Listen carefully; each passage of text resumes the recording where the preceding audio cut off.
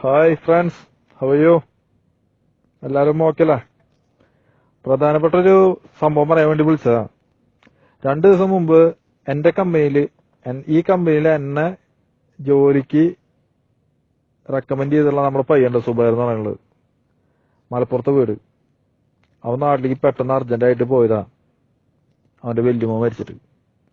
പോണ വഴിക്ക് അല്ലൻസാരി എക്സ്ചേഞ്ചിൽ നിന്ന് ഇന്ത്യൻ മണി ചേഞ്ച് ആക്കി. അതായത് 6000 രൂപ ഇന്ത്യൻ മണി, 1000-ന്റെ 6 നോട്ട് വെച്ച്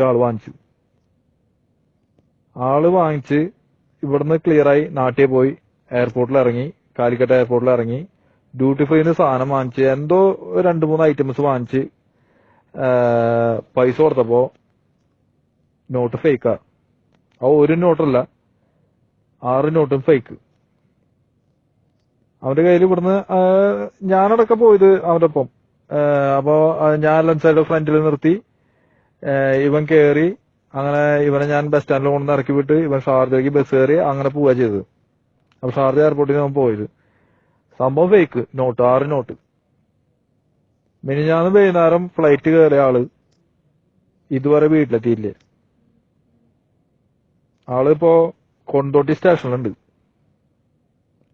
NIA കേസ് ഏറ്റെടുത്തിട്ടുണ്ട്. പക്ഷെ ഇവന്റെ കയ്യിൽ വൻ നിരപരാധിന് 6 നോട്ടുള്ളൂ. ഈ നോട്ട് മാറിയതിന്റെ റെസീറ്റും എല്ലാതും കൂടി ഉണ്ട്. ഇതിപ്പോ ഇന്ന് കോടതിയിൽ ഹാജരാക്കി, ഇന്ന് ജാമ്യം കിട്ടിയില്ലേ, നാളത്തേക്ക് മാറ്റി വെച്ച് കൊടുക്കുക. നാളെ ജാമ്യം കിട്ടുകയാണെങ്കിൽ ആ വ്യക്തി ഇറങ്ങും, നമ്മുടെ കൂട്ടുകാരിറങ്ങും. അപ്പൊ ഞാൻ അവന്റെ ഉപ്പയും വീട്ടുകാരൊക്കെ ആയിട്ട് ഞാനും ബന്ധപ്പെട്ടു.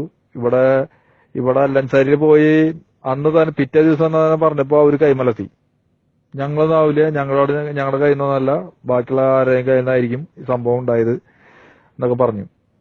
പക്ഷെ അവര് കാര്യത്തിന്റെ സീരിയസ്നെസ് മനസ്സിലാക്കിയപ്പോ ഇന്ന് അവര് പറഞ്ഞു ഞങ്ങൾ എങ്ങനെ വേണേ ഹെൽപ്പ് ചെയ്യാൻ തയ്യാറാന്നുള്ളത്. അപ്പൊ അതിന്റെ എന്തെങ്കിലും പേപ്പറൊക്കെ ഇവര് തരുന്ന പറയുന്നത്. നമുക്ക് ലീഗലായിട്ടൊന്നും അതിന്റെ ഒന്നും കിട്ടിയിട്ടില്ല. പക്ഷെ ഈ വ്യക്തി മിനിഞ്ഞാന്ന് പോയ ആള് ഈ നേരമായിട്ടും വീട്ടിലെത്തിയില്ല. ആള് പോലീസ് സ്റ്റേഷനിൽ സറണ്ടർഡാ. അപ്പൊ കേസ് NIAയുടെ കയ്യിലാണ്. അപ്പൊ പ്രിയപ്പെട്ട എന്റെ സുഹൃത്തുക്കള്, ഈ മെസ്സേജ് വേണമെങ്കിൽ ആർക്കെങ്കിലും ഷെയർ ചെയ്തോ. ഓക്കെ, ഇവിടുന്ന് പൈസ ഒരിക്കലും മാറ്റി നാട്ടിലേക്ക് പോകരുത്. പാകിസ്ഥാനിൽ നിന്നും മറ്റ് പല രാജ്യത്തിൽ നിന്നും ഇവിടേക്ക് ഇഷ്ടം പോലെ ബ്ലാക്ക് മണി എത്തുന്നുണ്ട്.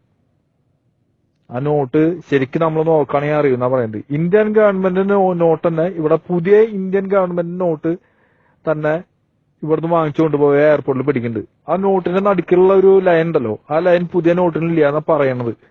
സംഭവം എന്താണെന്ന് അറിയില്ല. പരമാവധി ഇവിടുന്ന് ഇന്ത്യൻ മണി വാങ്ങാണ്ട് പോവാൻ നോക്കുക. നാട്ടില് ദിറംസ് കൊടുത്താലും കുഴപ്പമില്ല. ഒരു 50 പൈസയുടെ 1 രൂപയുടെ മാറ്റമാണ് നമുക്ക് കിട്ടണത്. നമ്മൾ ലക്ഷങ്ങളും കോടികളും നല്ലല്ലോ മാറ്റുന്നത്.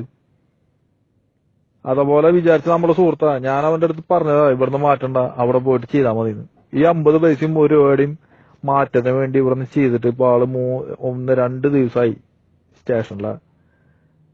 ദയവ് ചെയ്ത് അതിപ്പോ ഖത്തറിനായാലും സൗദിനായാലും ദുബായിനായാലും എവിടുന്നായാലും ഇവിടുന്ന് ഒന്നും ചെയ്യാണ്ടിരിക്കുക.